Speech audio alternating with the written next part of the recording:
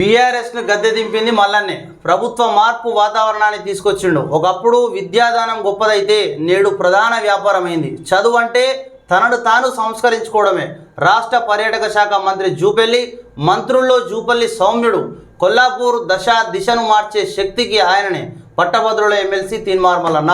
ఇక్కడ బీఆర్ఎస్ పార్టీని మీ అందరికీ తెలుసు, తెలంగాణ రాష్ట్ర ప్రజలందరికీ తెలుసు. బీఆర్ఎస్ పార్టీని గద్దె దించడానికి ప్రధాన సూత్రధారి పాత్రధారి అంటే ఆయన తీన్మార్ మల్లన్న పాత్ర వహించింది. కాబట్టి ప్రభుత్వ వాతావరణాన్ని మాత్రం తీసుకొచ్చిందని మాత్రం మనం చెప్పగలుగుతాం. అదేవిధంగా ఒకప్పుడు విద్యాదానం గొప్పదైతే నేడు ప్రధాన వ్యాపారం అయింది. ఏదైతే విద్య ఒకప్పుడు మన తాతల తండ్రుల కాలంలో అరే నేను ఫ్రీగా ఎడ్యుకేషన్ ఇస్తే వాళ్ళు బాగుపడతారు, పిల్లలు చదువుకుంటారు, మంచి ఉన్నత స్థాయికి ఎదుగుతారు అనే ఆలోచన నుండి ఈరోజు ఆ విద్యనే వైద్య వ్యాపారంగా మార్చింది బీఆర్ఎస్ పార్టీ. కాబట్టి చదువు అంటే తనను తానే సంస్కరించుకోవడం, అంటే మనకు మనమే సంస్కరించుకునే పరిస్థితిలో ఉండే. కాబట్టి ఈరోజు విద్య అనేది వ్యాపారంగా మారింది. ఆ వ్యాపారాన్ని కొల్లగొట్టి మరొకసారి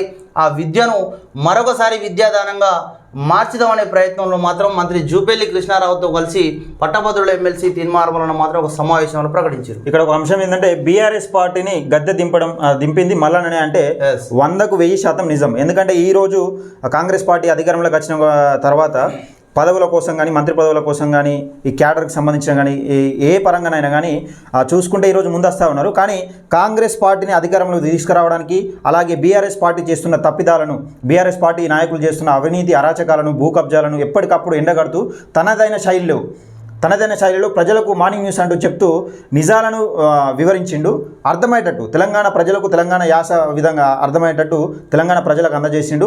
కీలక పాత్ర బీఆర్ఎస్ పార్టీని గద్దె దించడంలో ఒక జర్నలిస్టుగా కీలక పాత్ర పోషించింది. 100,000 రెట్లు, 100,000% కూడా తీన్మార్ మల్లన్న అని చెప్పుకోవచ్చు. ఈరోజు నిజంగా మల్లన్న మార్నింగ్ న్యూస్లో కనబడతలేడని చాలామంది మిత్రులు కొందరు అప్సెట్ అవుతూ ఉన్నారు. ఏం బాధపడదు, ఎందుకంటే మల్లన్న జర్నలిజంలో ఉండి ఒక ట్రెండ్ సెట్ చేసిండు. ఈరోజు రాజకీయంలో అడుగుపెట్టింది కాబట్టి రాజకీయంలో కూడా ఒక ట్రెండ్ సెట్ చేసే ప్రయత్నం చేస్తాడు. దాని గురించి ఏం వరీ కావద్దు.